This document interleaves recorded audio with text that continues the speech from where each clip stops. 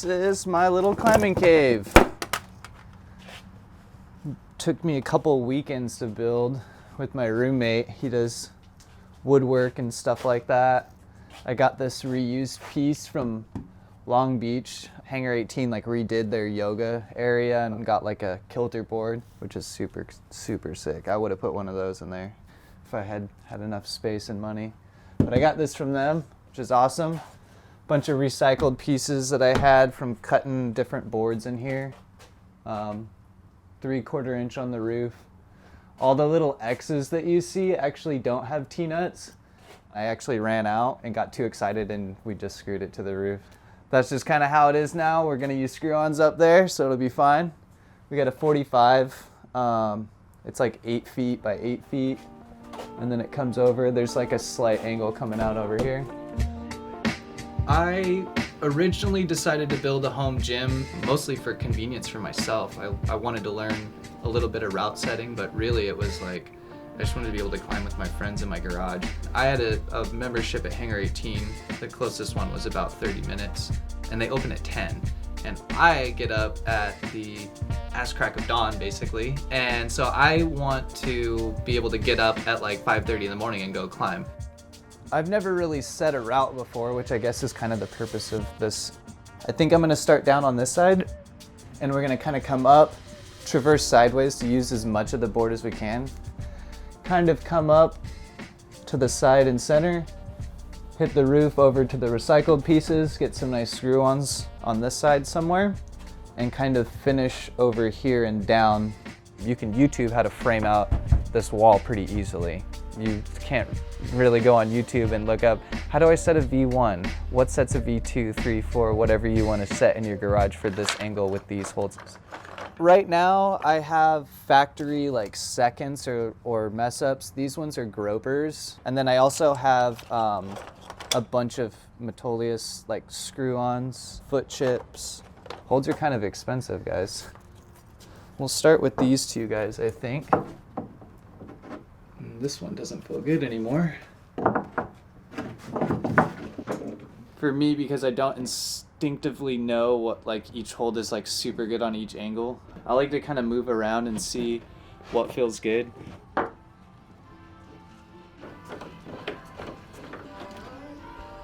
I want to encourage movement this way. So if you just go here, it doesn't feel as good as if you actually turn your full body. I don't want to have too many hands without thinking about the feet.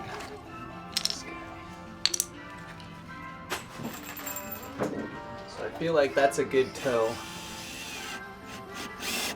It's small, but it's good.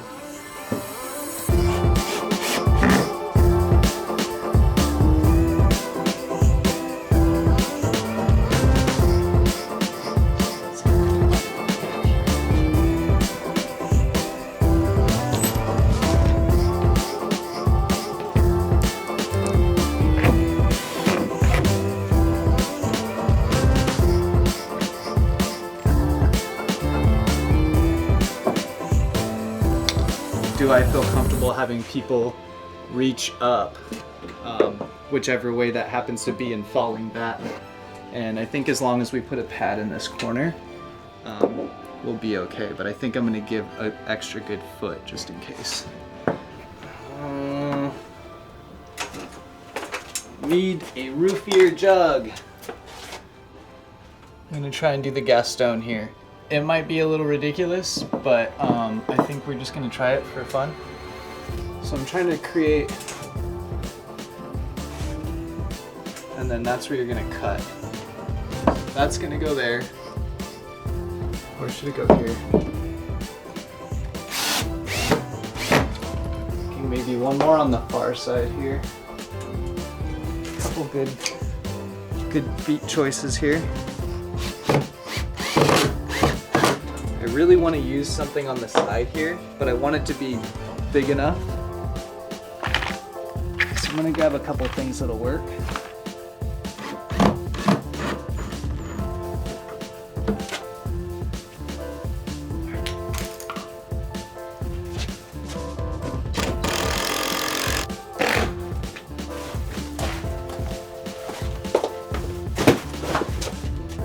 Sweet. Space. here going to this.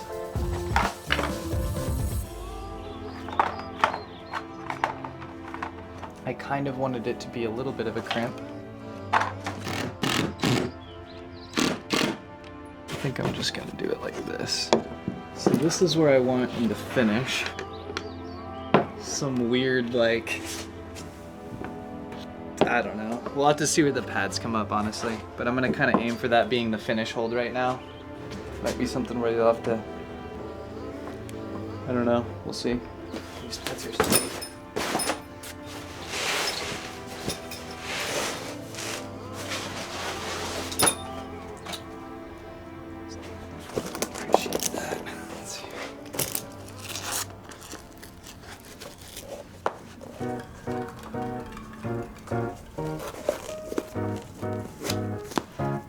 Freshies still getting worn in a little bit. There's a general, I feel like, understanding that everyone that comes into climbing started at here at some point and gets to here, and it's not like other sports where you're like competing against the team. It's like you versus them. It's really you versus yourself. I would like to see personally some version of adaptive climbing for bouldering. A lot of it right now is like lead and ropes climbing and stuff like that, which is understandable with different ailments and illnesses and things that are going on in the body. The reason I want to work with adaptive is because I feel like I have a little bit that I can identify in certain ways that other people may not be able to. I ended up like having a knee surgery, having a hip replacement, and then eventually having another hip replacement on top of that. I think the first hip surgery was in 2016, which meant the knee would have been in like 2014 or 15, something like that. And so then it was kind of recovering from the knee and then finding out that the hip was actually broken and then getting the hip replaced and then recovering from the hip. And then literally within 3 or 4 days of them, I got the hip replaced. It was like a year and a half later or whatever. And they're like, you can go back to regular life, whatever pain tolerance. I'm like, oh, cool. Like, I'm gonna try climbing and doing shows again. And all that stuff kind of went through my head. And I ended up falling on stairs and breaking this hip just pretty much straight in half, like literally within 3 days. It did kind of like a number on me because I was like, oh, they said I was good to go, and now I'm definitely not. I was kind of told at different points by different people, oh, let's get you walking again. Oh, well, hopefully we'll get you back to doing this, but let's focus on what. And it was kind of like, really, we're gonna do like all of this surgery and pay all this money to like make me walk again? And so like having people tell me that I couldn't do it was like seriously like a big turnoff for me. I was like, oh, like maybe I shouldn't be climbing, you know? Once I did, it was kind of like a haha, I proved you all wrong. And not necessarily like, I'm right, you're wrong, just, hey, I can do this. Coming out of that, I had like real kind of like trust issues with other people. And I went climbing with a group of friends just at a gym. And I remember thinking that everyone was like looking at me and thinking like, why can't this person climb that hard? And then I realized like literally no one was thinking that at all. No one was even looking at me. Like, I was the only one looking at myself. And that's when I realized like in that point, like, oh, none of these people are here really to like judge me or judge other people. Like, they're all just doing what they can to the best of their abilities. And so at that point, it didn't really matter that I was on V0s and before I was climbing like V6s. It was like, well, now I need to climb a V1 because that's my next goal. The self-confidence that it gave me, if I could give that to just one person, would mean that I'm like a success in life to myself. If you think that you couldn't, and I can get you to literally grab one hold and step 1 foot up on the wall, you're a rock climber now. That's literally all it takes to be a rock climber. 1 hand, 1 foot on the wall.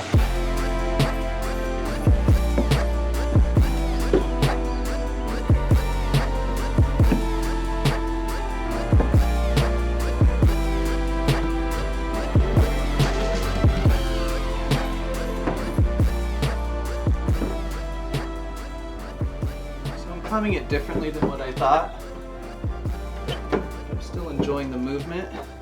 So I'm gonna keep going with it. Looks like we ran out of feet over here and we need more feet, specifically for this spot. That roof section is tough by the time you get up there.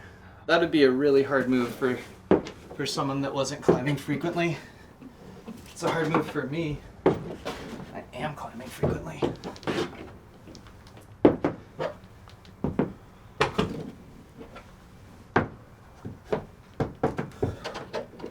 Loose, not good.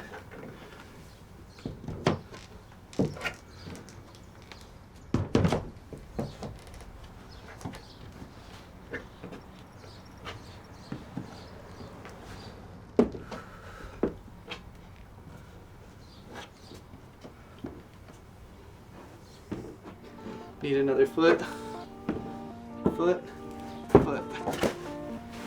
That's what I've discovered. Not enough feet. Kind of like I imagined though. So the roof section is particularly difficult. I don't know necessarily how to make it easier because I don't know I particularly have the correct holds to make it easier.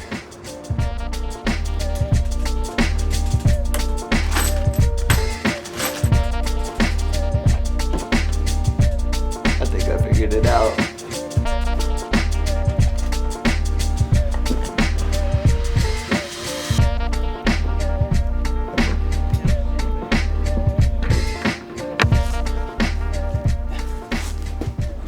My intended route, totally off course and different now, but it's cool. I like this one. This is what feels natural when climbing it, and that's kind of what I wanted it to be. I didn't want it to be too tricky. Maybe some tough holds to hold on to, but not necessarily super crazy technique. So that's enjoyable by everyone. All right, let's give it a try.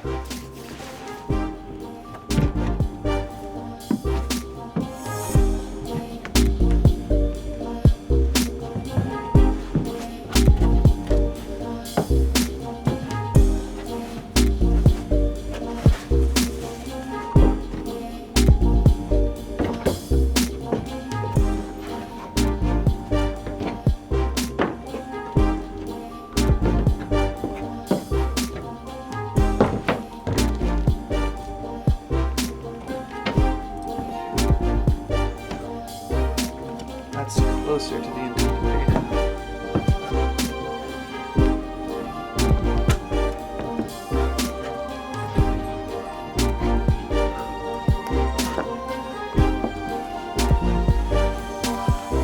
One, two, three. Got it on video? Hell yeah. That'd be more the intended beta, the way that I turned and everything. I do it differently than how when I think I want to do it. Climbing through it 2-3 times now. There's like some definite fine tuning you could do. I know where I could put fake feet now if I wanted to trick people. The game plan was to use as much space as possible and make like a long route basically. So when I started, I wanted to be able to use the 45, I wanted to be able to use the roof, I wanted to be able to use kind of the little traverse wall on this side and all the angles. And then I didn't want the ending to just be to go over. I wanted to make it a down climb to an actual like finish hold. I think that adds a lot more to your climb. In my mind, I was trying to set it for some active friends that may or may not be climbers, some being proficient, some being maybe have done it once or twice, some not at all. It's a little more difficult than what I thought, but I feel like my friends are pretty resilient, so they would definitely throw some burns down on it and have a good time trying it. I wanted something that everyone could kind of get on and do a couple moves into and not be like, oh my gosh, that is so hard, I cannot believe anyone does that. Like, I wanted it to be enjoyable. I'm stoked because I'm proud that I put in my time and effort and went through the process to like figure it out, and I think I've figured out a couple things along the way, which I think is the most important thing, is like learning along the way. But as far as being like, check out my awesome route, yeah, it's like a ship that's going down that has like duct tape and cotton balls shoved in the holes, and you're like shoveling all the water out, and you're like, yeah, check it out, it's a boat, it's a really cool boat, right? Like, I'd call my mom and FaceTime her about it.